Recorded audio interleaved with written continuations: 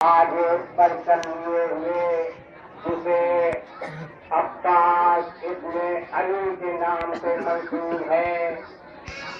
پیچھے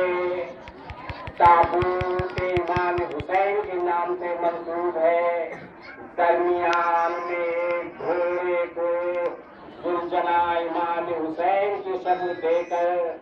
کچھ لوگ سیاہ لباس پہنے ہوئے یا حسین کہتے ہوئے آتے ہیں اور اس امام چوک کو طواف کر کے دونوں ہاتھوں سے اپنے سینے کو پیٹتے ہیں۔ آپ یقیناً سوچتے ہوں گے کہ ہر سال یہ ایسا کیوں کرتے ہیں؟ سوچنے کی بات بھی ہے، اس لیے یہ روتے ہوئے آتے ہیں، سینہ پیٹتے ہوئے آتے ہیں، جسے ماتم امام حسین کہتے ہیں، لوحہ پڑھتے ہوئے آتے ہیں۔ لوحہ یعنی غم کا بیان کرنا، غم کا بیان کرتے ہوئے دونوں بے سینہ پیٹتے ہوئے اس امام چوک پر آتے ہیں۔ آخر وجہ کیا ہے آپ کو میں تھوڑے سے سمے میں 10 منٹ کے اندر بتانا چاہوں گا کہ آج سے تقریباً 1500 سال پہلے حضرت محمد مصطفیٰ صلی اللہ علیہ وسلم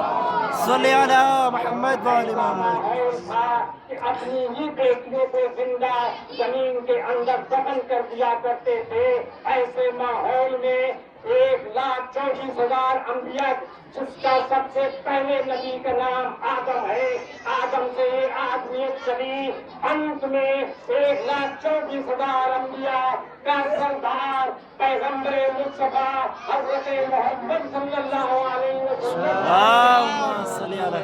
محمد وعلی سب سے محمد۔ سب پیغمبر انسانیت کا پیغام دینے کے لیے آئے۔ میں نے جو بھی عربی میں تلاوت کی ہے اس کا ترجمہ ہی ایسا ہی ہے، اس کا انواد ہی ایسا ہے کہ رسول پیغام پہنچا دو جو تم تک پہنچایا گیا ہے۔ آپ رسول 1,24,000 انبیاء کے بعد آخر میں آ کر کے آپ نے مانوتا کا پیغام پہنچایا، مانوتا کا پیغام دیا۔ اس کی دلیل یہ ہے کہ آپ نے فرمایا وہ انسان مسلمان نہیں جس کی زبان سے کسی کو تکلیف پہنچے، جس انسان نے، جس دھرم کے گرو نے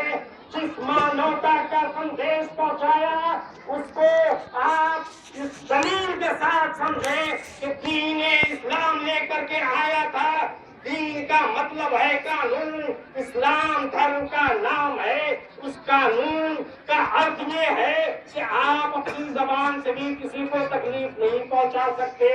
ایسے میں مانوتا کا سندیش دے کر آپ چلے گئے، مگر آپ کی نگاہیں دیکھ رہی تھی کہ ہمارے بعد بادشاہت کا سمے آئے گا، بادشاہت حاصل کرنے کے لیے یہ مانوتا کچھ بھی کرنے کو تیار ہو جائے گی، اور یہی ہوا۔ آپ نے سب سے پہلا امام حضرت علی کو بنایا، آپ کے جاتے ہی مانوتا کو روکنے کے لیے بادشاہت تیار ہو گئی۔ بادشاہت نے اپنی قوت پوری لگا دی، پوری شکتی لگا لی، ساری طاقت لگانے کے باوجود جب وہ حضرت علی کو قتل نہ کر سکے، اس لیے کہ آپ ان پیروں میں سے ہیں۔ آپ کو یاد دلاؤں، سب سے پہلا ٹی وی سیریل کروڑ پتی میں جسے امیتابھ بچن جی نے سوال کیا تھا اس پورے سنسار میں وہ کون ہے جو سب سے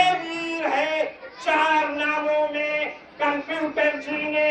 لاک کیا، صحیح جواب حضرت علی تھا۔ آپ کے احترام میں خود امیتابھ بچن جی کھڑے ہو گئے تھے۔ ایسے شکتیشالی ویکتی کو جب بادشاہت نے قتل کر چاہا نہیں کر پائے تو انہوں نے ایک طریقہ اپنایا کہ جب یہ مسجد میں جائیں، نماز کے لیے کھڑے ہوں، اس وقت جب یہ سجدے میں چلے جائیں، جب ان کو قتل کیا جائے، یہ پہلا قتل ہونے والا، یہ پہلا امام